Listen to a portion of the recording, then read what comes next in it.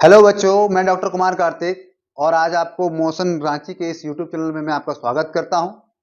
और आज हम लोग बात करने वाले हैं कि नीट का प्रिपरेशन के बारे में। इसका प्रिपरेशन के बारे में, नीट का प्रिपरेशन। तो जैसे कि आपको पता ही होगा कि हमारे पास मात्र 3 महीने बचे हुए हैं। तो आप लोगों ने जितना पढ़ा बहुत अच्छी बात है।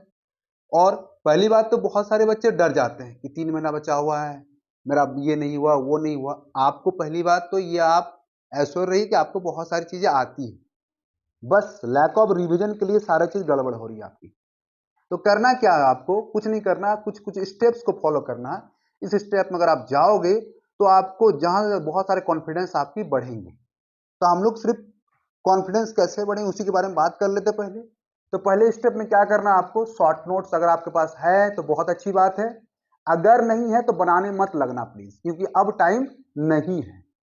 करना क्या है आपको शॉर्ट नोट्स के बारे में, आप पहले देखो एक चैप्टर उठाओ। मान लो आपको, मैं मान लेता हूं एक चैप्टर है, फर्स्ट चैप्टर, जिसको बोलते हैं क्या हम लोग, लिविंग वर्ल्ड है। अब लिविंग वर्ल्ड को पूरा आप अगर आप बनाने जाओगे, लिखने जाओगे, तो टाइम बहुत चला जाएगा। अगर आपके पास है बहुत अच्छी बात है, पहले उसमें देखो आपको क्या क्या आती है, उसको देख लिया एक बार में। अब देख लो क्या क्या बच गया है उसमें। कुछ ऐसे टॉपिक भी है जो आपको या तो याद नहीं रह रहा, या तो कवर अप नहीं हो पाया, उसको सिर्फ कर लो। पहले क्या करना है आपको, पहले देखना कि कितना आपको आता है, और जो नहीं आता उसको आपको सिर्फ ऐड ऑन करते जाना है। तो इससे आपका ये पोर्शन आपका कंप्लीट हो जाएगा शॉर्ट नोट्स वाला। जैसे आपने शॉर्ट नोट्स को क्लियर कर लिया, फिर आप आ जाओ डायग्राम और डेटा में। एनसीईआरटी में बहुत सारे डायग्राम दिए हैं, आपके बायोलॉजी में बहुत सारे डायग्राम दिए हैं। उस डायग्राम को पहले आप देखो क्या क्या बोला है, उसको लेबलिंग देखो ठीक से, और फिर कुछ कुछ डेटा भी होता है, उन उन डेटा को आपको मेमोराइज करना है। निमोनिक्स बना सकते हो आप यहाँ पे।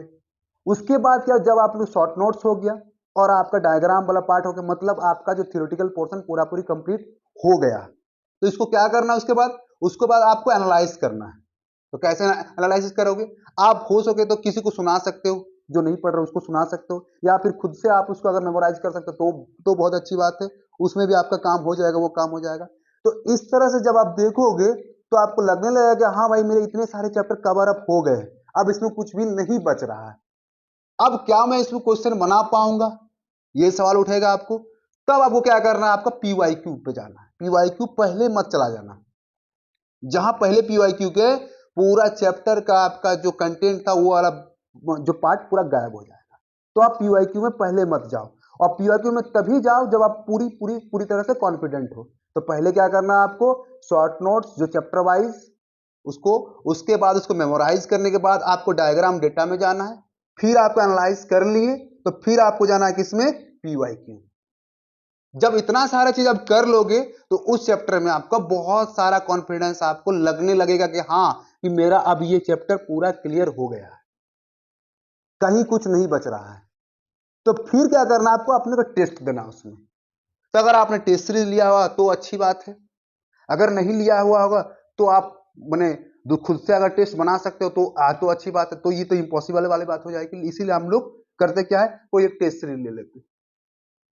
तो जैसे कि हमारे मोशन का भी जो ब्रह्मास्त्र टेस्ट है बहुत अच्छी है, उसको भी आप ले सकते हो। और इस तरह से आपको चैप्टर वाइज आपको बहुत सारी चीजें आपको क्लियर होती जाएंगी इस तरह से। तो जब ये चीज आपको ज्यादा नहीं, 10 दिन के लगातार अगर आप कर दोगे तो आपका कॉन्फिडेंस बिल्डअप होना चालू हो जाएगा। और इसको करने के लिए आपको, और साथ में अदर भी आपको केमिस्ट्री और फिजिक्स में भी आपको ध्यान देना, ये नहीं कि आप सिर्फ बायो कर रहे हो तो उनको छोड़ दिए हो।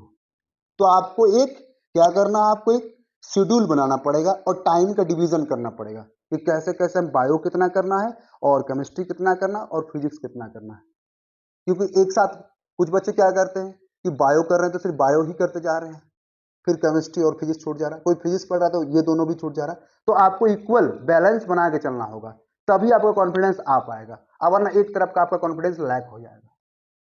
तो तीनों को आपको एक बैलेंस वे में लेके चलना है। तो आपका दिन प्रतिदिन, आपका ज्यादा दिन तो है नहीं, 3 मंथ है, उसको डिवीजन कर लो 3 से। तो उसमें आप जा सकते हैं। इन सब तरीकों से आपको बहुत सारा राहत मिलेगी और कॉन्फिडेंस बढ़ेगी। Thank you.